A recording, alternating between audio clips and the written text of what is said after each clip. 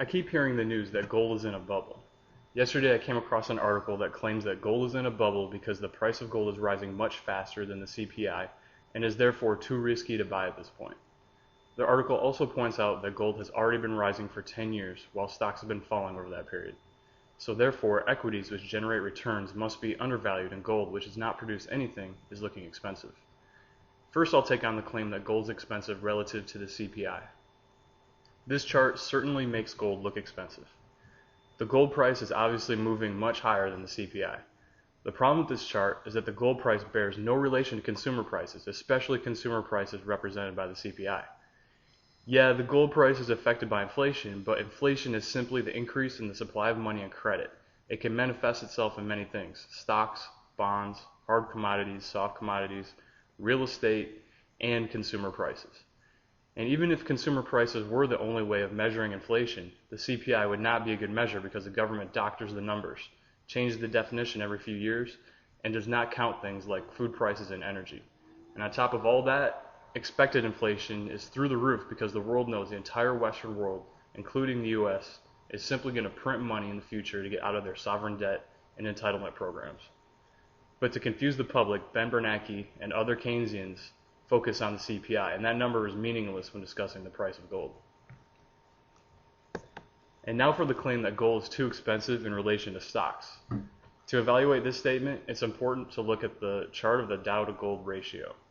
This chart is historically volatile in nature. Every time the stock market crashes, the ratio falls hard. In 1929, the ratio topped at 18.4 and eventually fell to 2 to 1. Then in 1963, the ratio went all the way up to 27.9. This is 1.5 times the top in 1929. The ratio fell even further this time, down to 1 to 1. Then in 2001, the ratio reached an incredible 43.7. Again, this was 1.5 times higher than the last peak. And now this ratio is falling incredibly fast. This chart shows that the ratio peaks are spaced about 35 years, and the peaks reach a level 1.5 times the last peak before crashing. And it appears that the higher the peak, the further the crash. It took 17 years for gold to peak in 1980 relative to stocks. The current fall in the ratio has lasted 9 years, so obviously a resumption in the decline of this ratio for several more years would not be a surprise. Furthermore, because the ratio reached such an incredible level in 2001, I wouldn't be surprised if the ratio gets much lower than it did in 1980. And since the ratio went from 2 to 1 to 1 to 1 at the previous low points, it would actually continue the previous pattern if the ratio fell to 1/2 this time, as unbelievable as that sounds. It may take several more years to get there, but if history is a guide, we shouldn't be surprised. Is gold in a bubble? Maybe, but until the Dow to gold ratio bottoms and governments get their debt situations under control, the bubble will keep growing, and it may grow larger than anyone thinks.